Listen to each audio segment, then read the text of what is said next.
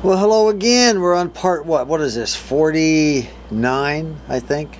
Anyway, I can't remember. I lose track of them. We were going to start this video out on the tour mat. And now we'll get to it later on in the video, but we're not going to be able to start out on the tour mat as planned. The reason being, I took, some flack on how I installed the capacitors in the amplifier from the last video. I got this big explanation about how I did it wrong and all this other jazz. Well, I'm going to tell you something, guys. Here's the way it works. It was installed exactly the way Seeburg has it on the schematic, okay? The first capacitor right here, according to the parts list, is supposed to be 90 microfarads at 500 volts. Well, at the factory, they didn't have a 90 or didn't use a 90. I don't know what the situation was. Don't care. What they did was they hooked 420s together and came up with 80 and called it a day. But they did rate it at 500 volts. I replaced it with a 100 microfarad. I didn't have a 90 microfarad either. So, there it is right there, installed exactly as it is on the schematic. The positive goes here, the negative goes here. There's a wire right here. This one right here, it runs all the way down. This black wire comes around and goes down through this hole right here to the choke. And you'll see that there is the choke, okay, the positive side up to the choke.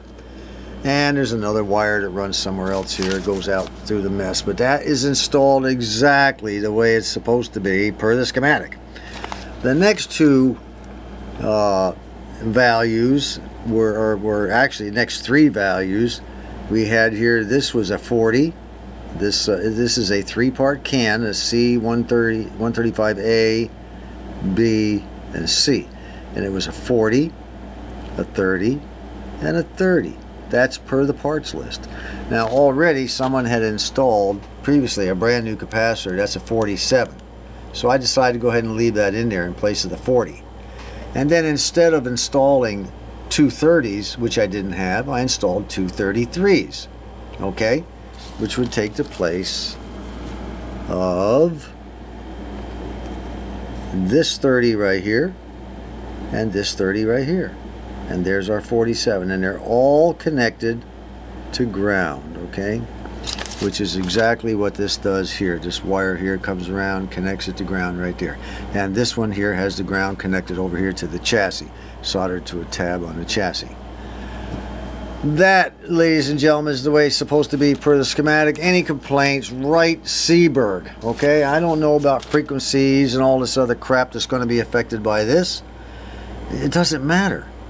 The engineers designed it. I am not an engineer. I'm not going to redesign a circuit because I don't have that kind of expertise. I leave that up to the smart guys. One thing I'm going to ask, though, I have to ask this of some of our subscribers.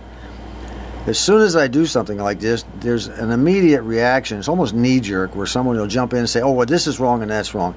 And then when I say, no, that's really not right, here's the way it went, they always go, oh, I'm sorry. Yeah, I did. Do me a favor. Spend as much time finding what I did wrong. Sometimes you'll find that it's not the case.